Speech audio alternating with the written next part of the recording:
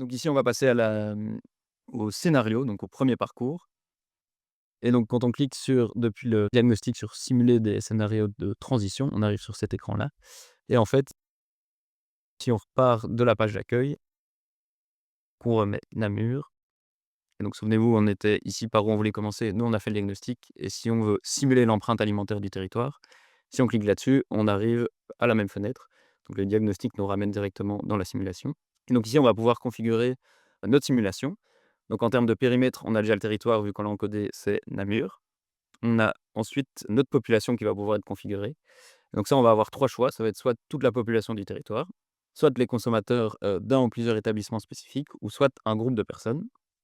Et donc, si on regarde ça plus en détail, dans les consommateurs d'un établissement spécifique, on a ici des catégories d'établissements qui sont préenregistrés dans Parcelles. Par exemple, les écoles maternelles, primaires, secondaires. Et donc, si vous cliquez par exemple sur primaire et que vous voulez faire la simulation pour 500 couverts d'une école primaire, vous pouvez le sélectionner. Donc, vous voyez ici que 500 couverts sont enregistrés. Ce que ça va changer, c'est que du coup, derrière, dans le régime alimentaire, donc la quantité de matières premières agricoles à produire, ça va conditionner le type d'aliments qui vont être considérés par, d'une part, les âges de la population concernée. Donc ici, maternelle, primaire, secondaire, université, ça va être des âges différents, donc qui vont influencer le régime alimentaire. Et aussi en termes de moment du repas de la journée, donc en termes d'assiette. Donc un dîner ne va pas avoir la même composition dans une maison de retraite, par exemple. On va considérer 3 repas par jour. Et on va aussi considérer en termes de nombre de repas. Pour les écoles, par exemple, on va être à 180 jours par an, donc en tenant compte des vacances où les enfants ne vont pas à la cantine, là où, dans des hôpitaux ou des maisons de retraite, on va être à 365 jours par an. Donc ça permet d'affiner un petit peu et donc de faire des cas spécifiques pour des cantines. Si je reviens à mon onglet population. Le troisième choix, c'est un groupe de personnes. Donc ça, c'est un peu dans la même idée, à part que on va simplement sélectionner un nombre de personnes par tranche d'âge. Et donc ça va influencer l'âge, pour la composition du régime. Mais on va rester ici à, 3 repas par jour et donc sur un régime, moyen, quoi. Ici, pour l'exemple, je vais commencer avec toute la population du territoire. Et donc une fois que le territoire est sélectionné, la population est sélectionnée, ici, on va pouvoir configurer notre alimentation. Et donc c'est là qu'on va retrouver nos leviers de durabilité. Donc on va avoir la part de produits en bio consommés, la part de produits animaux consommés, donc le régime alimentaire, et la part de perte et gaspillage qu'on va vouloir réduire. Et donc c'est des petits, sliders ici.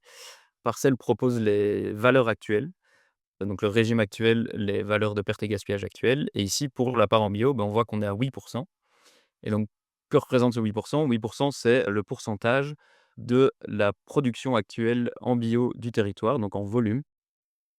Et donc c'est, dans l'idée que si on relocalise actuellement, l'alimentation, eh bien, on va à minima contenir cette part en bio dans la production de l'alimentation.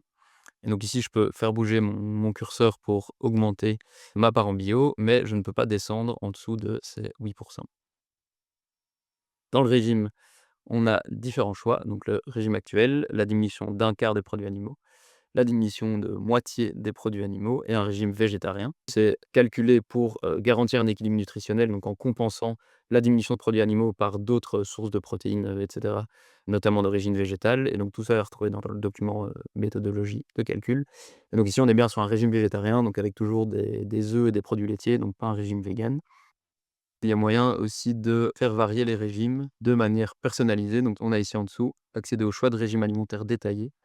Et donc ça permet de faire varier. Donc si on veut, par exemple, réduire uniquement la viande rouge et pas la viande blanche, on peut mettre, la viande rouge à -50 par exemple et augmenter la viande blanche, en échange. Et donc de pouvoir, avoir un régime personnalisé, sur ce genre de levier. Donc d'un petit peu de nouveau affiner notre régime avec ici un indicateur de recommandation nutritionnelle avec les jauges qui peuvent bouger en même temps pour voir si on est dans les recommandations. Et donc, si on valide le régime, on revient à notre onglet et donc on voit qu'on a régime personnalisé. Et au niveau des pertes et gaspillages, en fait ici c'est 18. Ça représente l'ensemble des pertes et gaspillages en termes de volume sur l'ensemble de la chaîne alimentaire, donc de la production à la consommation, donc avec production, transformation, distribution et consommation. Donc c'est vraiment les pertes sur l'ensemble de la chaîne. Et donc on va pouvoir réduire, donc se dire: «Tiens, on peut passer à seulement, 10 de pertes», par exemple. Pour l'exemple, je vais dans un premier lieu tout laisser sur les curseurs initiaux, donc ce qui va nous permettre de pouvoir connaître le potentiel nourricier et l'empreinte alimentaire de la situation actuelle.